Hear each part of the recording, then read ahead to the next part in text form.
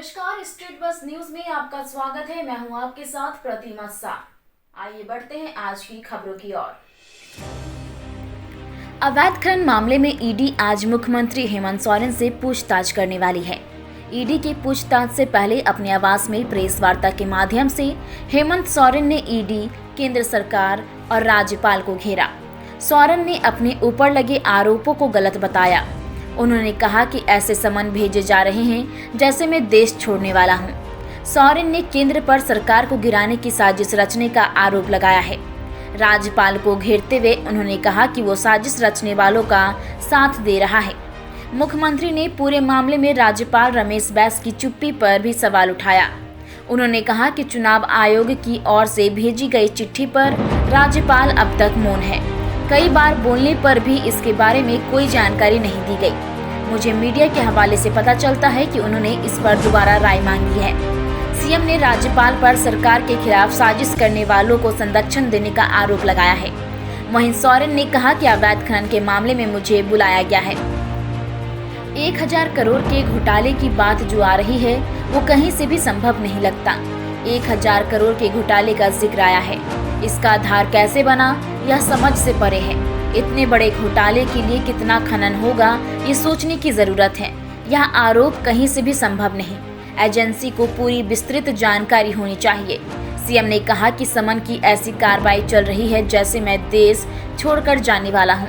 हेमंत सोरेन ने कहा कि ये सब सरकार को अस्थिर करने की कोशिश हो रही है।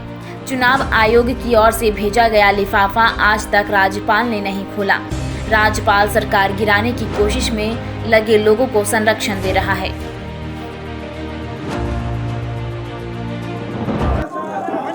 जैसे कि आप सबको मालूम है कि आज सुनाई नहीं दे रहा है सर। मुझे वो नहीं होगा सर, बोला जा रहा है। ईडी के दफ्तर में जाना है। जैसे कि मुझे सम्मन दिया गया है और उस संदर्भ में जो राज्य में इल्लीगल माइनिंग की जांच ईडी कर रही है उस संदर्भ में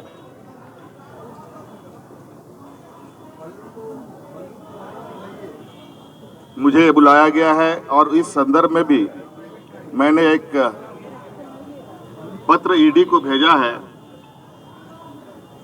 जो आपको भी उपलब्ध करा दिया जाएगा कि किस तरीके से 1000 करोड़ का घोटाला के बारे में जो जिक्र आया है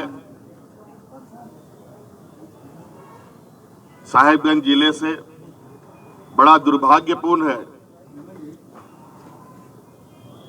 कि सालाना भी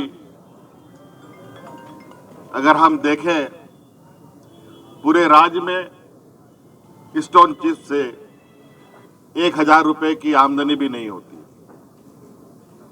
इसका आधार कैसे बना, कैसे नहीं बना, ये समझ से परे है।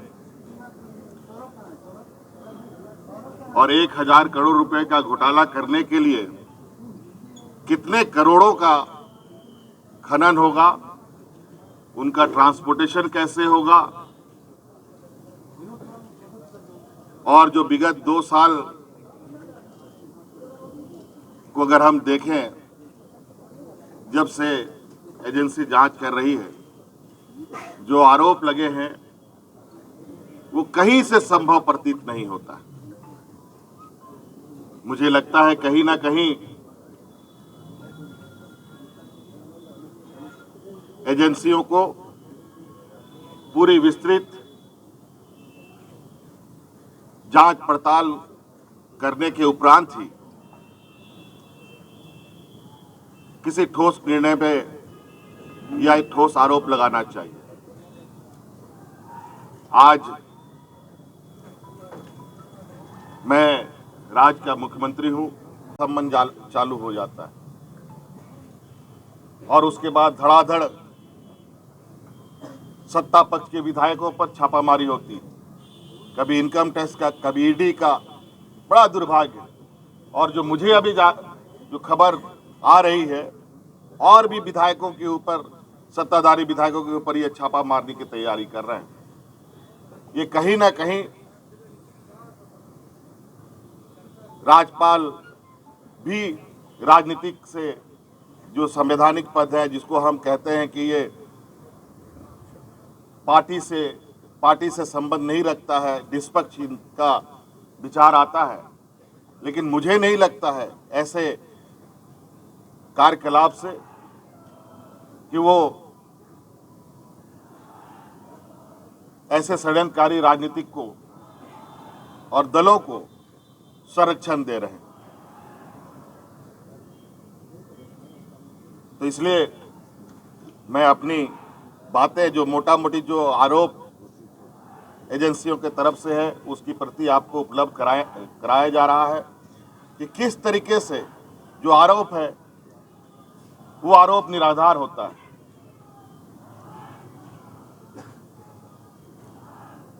जब हमारा सरकार के कार्यकाल में रेवेन्यू की इतनी जबरदस्त बढ़ोतरी होती है और जिस तरीके से सम्मान की कार्रवाई चल रही है, लगता है कि हम लोग देश छोड़ के भागने वाले लोग।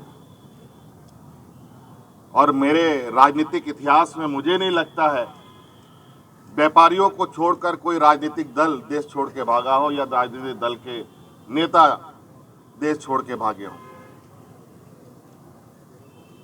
और आज कहीं ना कहीं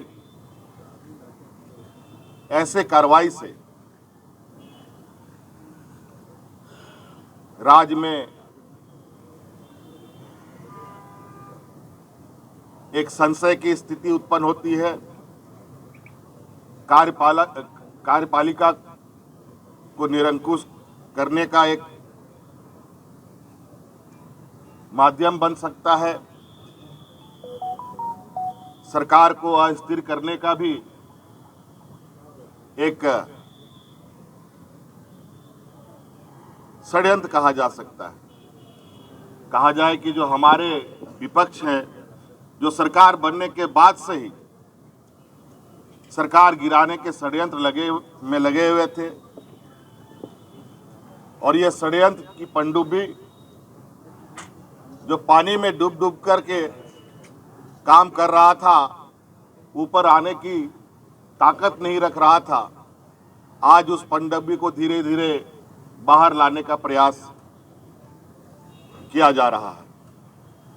आपने देखा चुनाव आयोग महीनों पहले राज्यपाल महोदय को अपना मंतव्य दे चुका है, लेकिन राज्यपाल महोदय अभी तक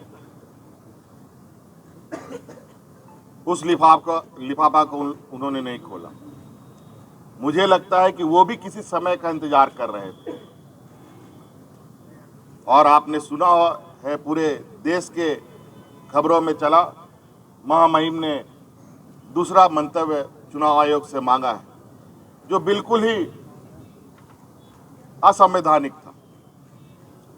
और जब हमने इसकी जानकारी चुनाव आयोग से लिया तो पता चला कि महामहिम ने कोई दूसरा मंतव्य नहीं मांगा, लेकिन खबरों में चलाते जरूर है, उनका बयान जरूर आता है और राज्य में फटाके बम फोड़ने की बात करते हैं, और उनका बयान आता है ईडी का सम्मान जाल।